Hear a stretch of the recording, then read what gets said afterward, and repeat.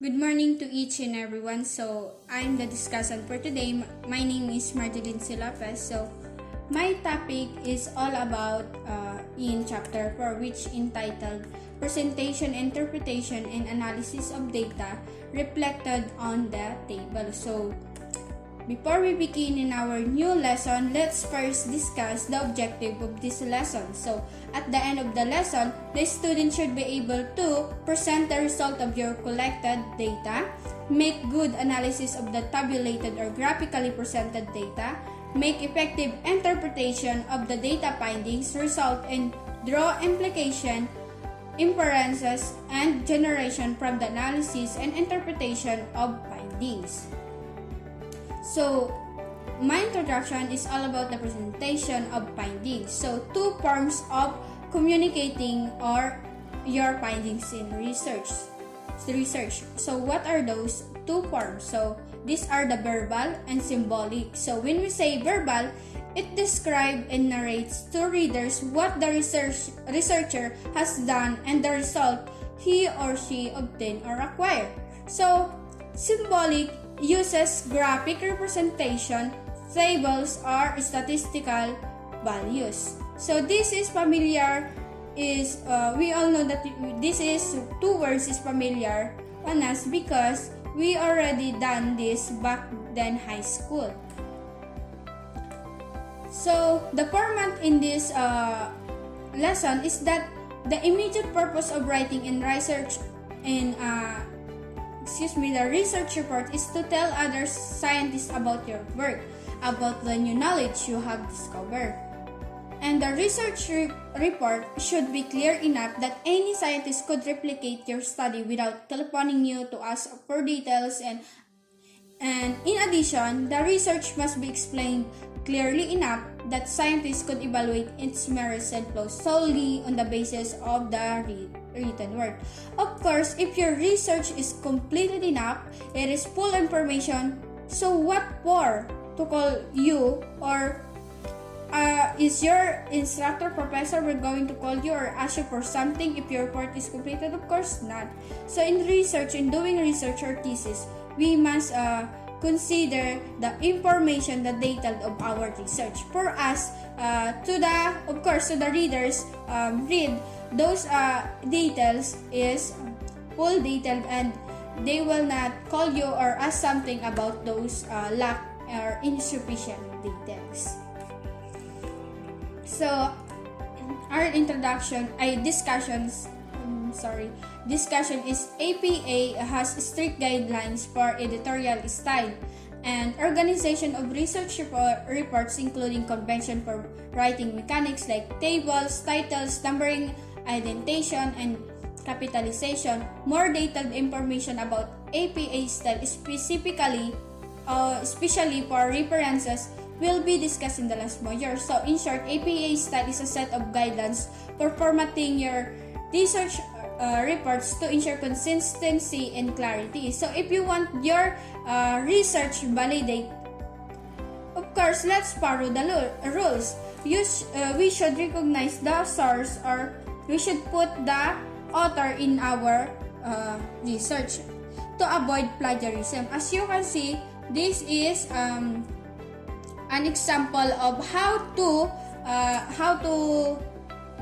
put an appropriate recognition with the author or the source, or where we get this kind of source or information. So as you can see, the author's name first, the initial, the date published, the title, source, the location, the publisher, and of course, we must paste it in our reference to avoid, like what I've said a while ago, plagiarism. So, organization of your presentation. So, the organization of your presentation in interpretation of findings vary according to the research method used. In descriptive research, especially the survey type, the presentation of results follow a pattern. In short, it's about presenting your research findings in a clear, organized way that direct addresses your initial research question. So, we all know that we have to types of research, the quantitative and the qualitative research. So in those two, there are one that you don't have to put some tables or tables, columns like that. So we must familiar with these two research because for us to know and aware what is the appropriate details, what is the appropriate content, what is the appropriate information that we're going to put in our research. Because if we don't familiar on that, so how could we start a good, organized, clear, and of course very understandable research? So let's take a look with these tables. Tables should be clear and simple with aligned decimal places and clear unit notations. They should be neatly arranged and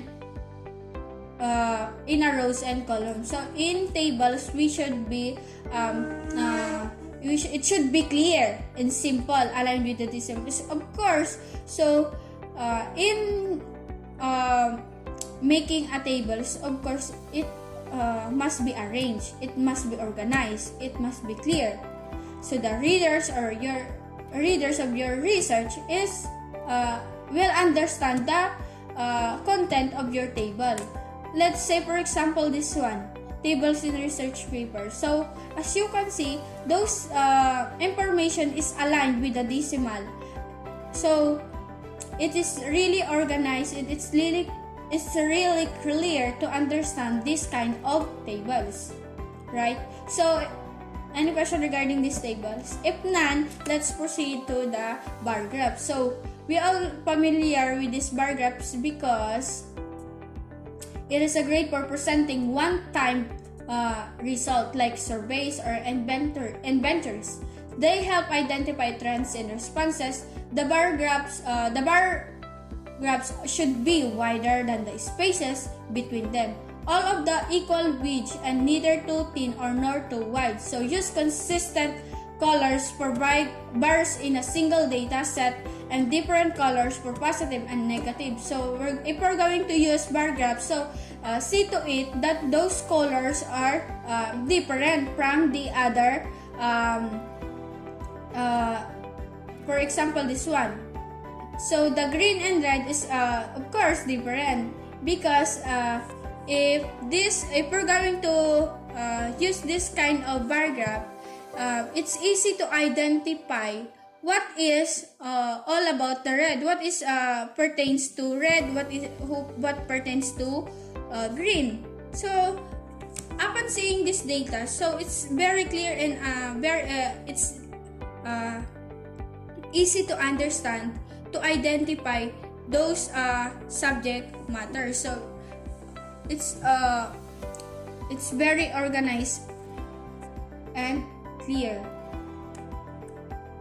So line graphs are useful for showing data that changes continuously over time.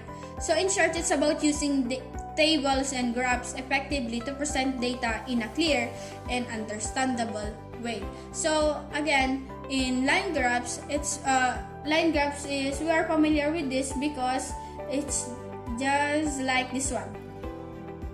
So this is an example of line graphs. If going to interpret our research information or data gathered, you can use this line graph to interpret your data gathered.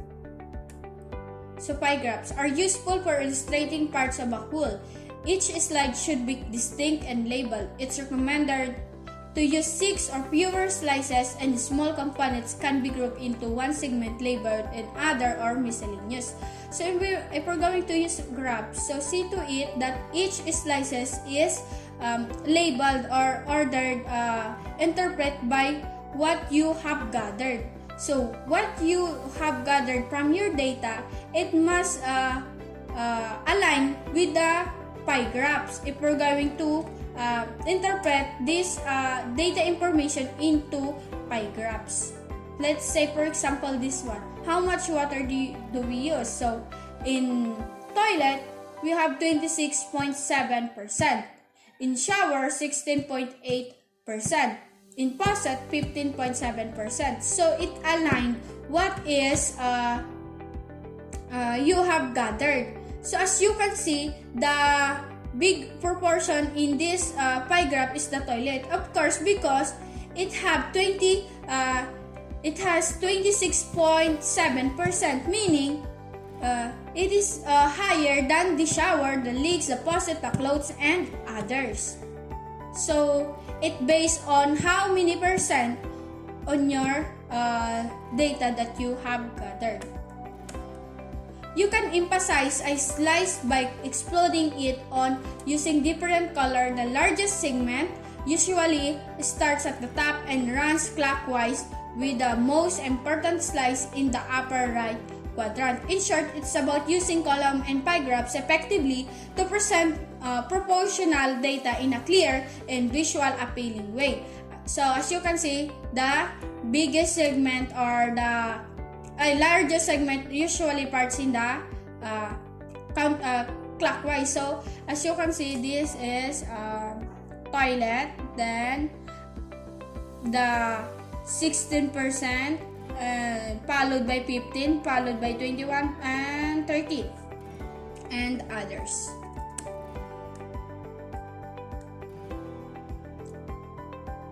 Other convention regarding graphics. So keep graphics simple. So of course, we must keep graphics simple to better understand the readers. So design the graphics to help understand your point. So of course, if you want to have a clear and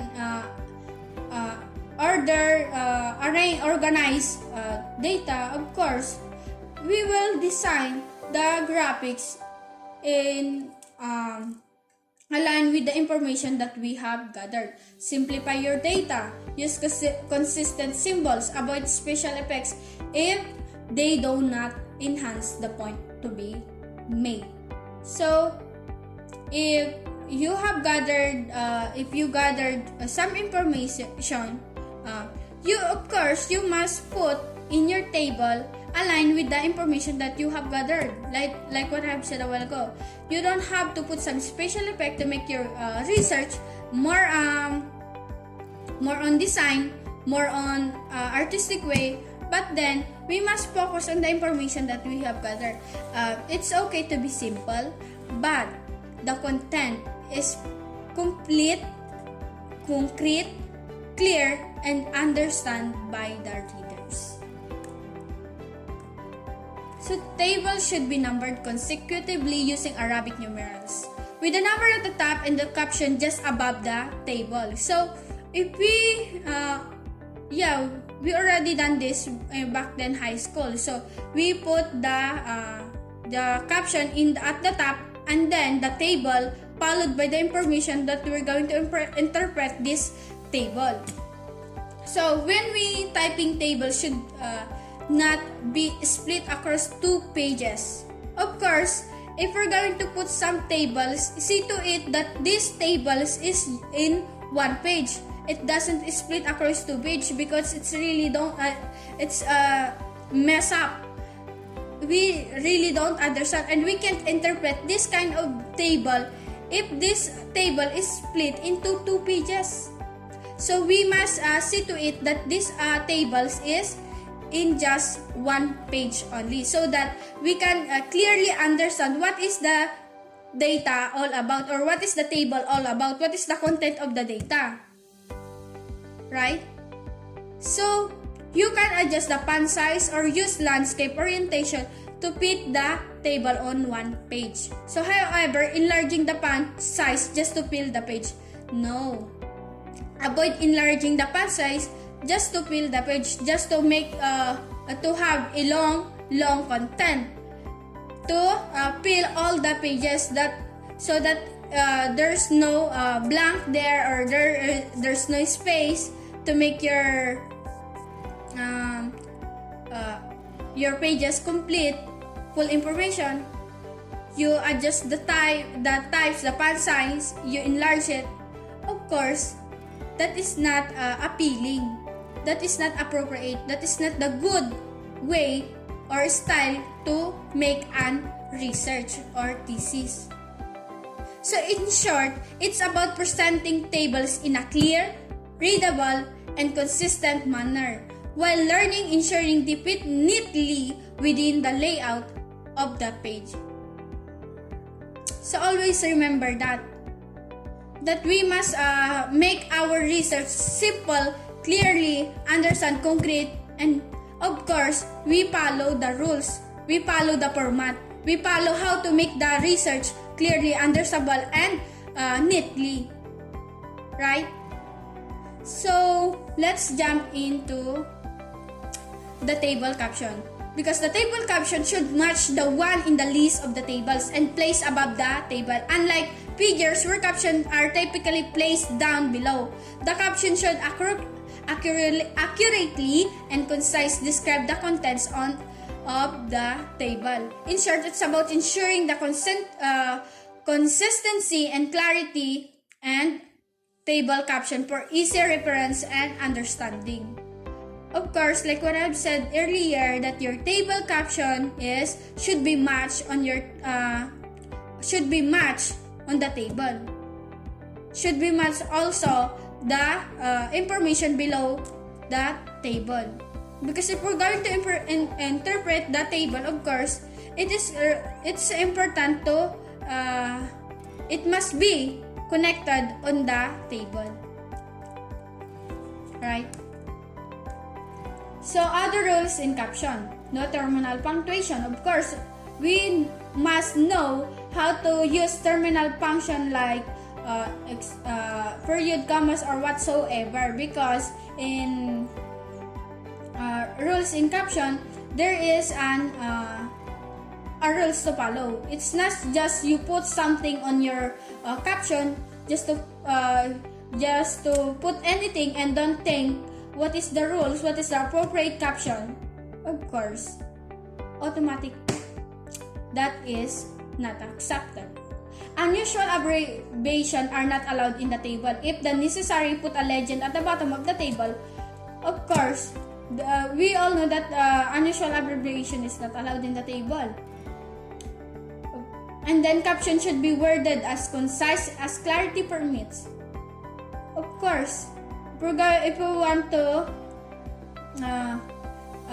have a caption, see to it that it's really concise and clear, and of course it is aligned with your the point.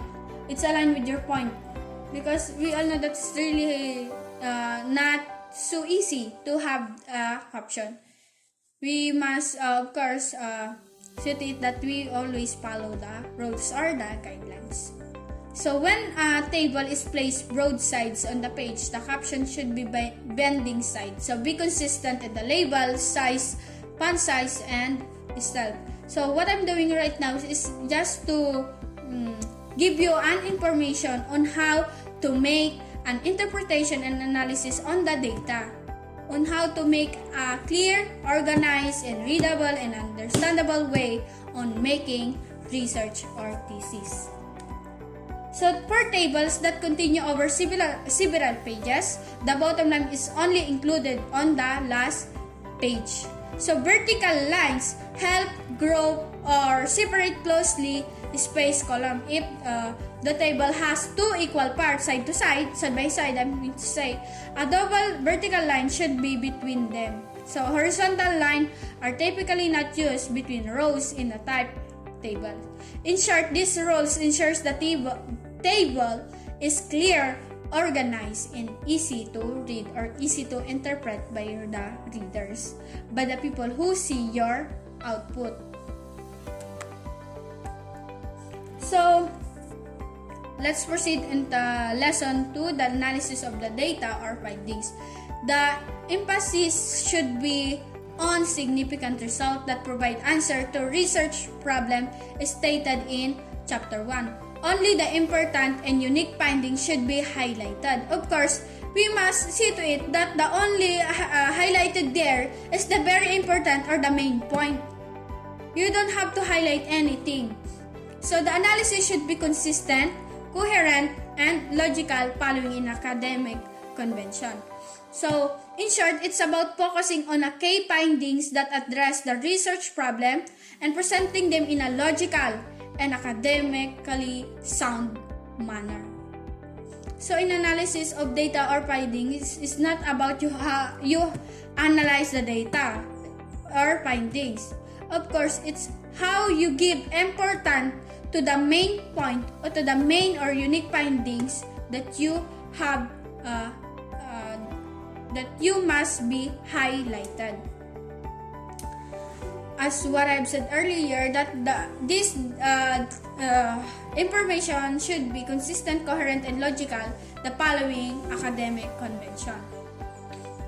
So, let's proceed to the lesson 3, the interpretation of findings, research, implication, and inferences. So, data analysis involves the comparing values on dependent measures. So, in statistical cases, this usually involves mathematical comparison, while in a non-statistical approaches, is often involves visual inspection of data.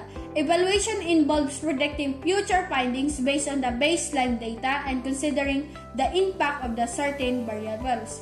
In short, this lesson is about the interpreting data, drawing meaningful conclusion, and discussing the implication of the research findings. Of course, what you have gathered, it must be aligned with your conclusion to have a organized and clear and academically sound manner. So, let's proceed. As for my conclusion, that in making a research paper is not about how you put something, but of course, how you think deeper in what to use, what to do and don'ts. Of course, and we should be familiarized with those guidelines and rules, because it's really important to give emphasis on what is the appropriate tables, interpretation, and analysis on the data. So, in chapter 4, we must be familiarized again with those rule and guidelines. So, upon discussing this kind of lesson, it enlightened me on how to do best and appropriate tables that we were going to use to interpret our data gathered. So, do you have any question? If you have any question, so thank you for listening. If you have any question, clarification, just text or call me. Thank you so much. But before I end my discussion, I want to show you this an example of interpretation in chapter 4. But this is a Tagalog version because I forgot to. I already delete my copy, my research copy. So I only save this kind of research. So as you can see, the caption or the caption in this table is at the top, then they follow the appropriate color. This is an example of pie graphs. So we will need to follow what is the appropriate data colors or design. And this is an example of the interpreting the data. So this is the data. I'm going to interpret it in this. This is the interpretation of the data gathered. So the next one is bar graph. So this is an example of bar graph. This is the question And then we're going to put some tables in order to put those you have gathered. So what is the result? So this is the result, and this will be your conclusion or the interpretation on the data above. So this is an example of tables, columns, graphs that we're going to use, or what we want to use in order to interpret the data clearly, organized, and readable way. So that's all. Thank you so much for listening.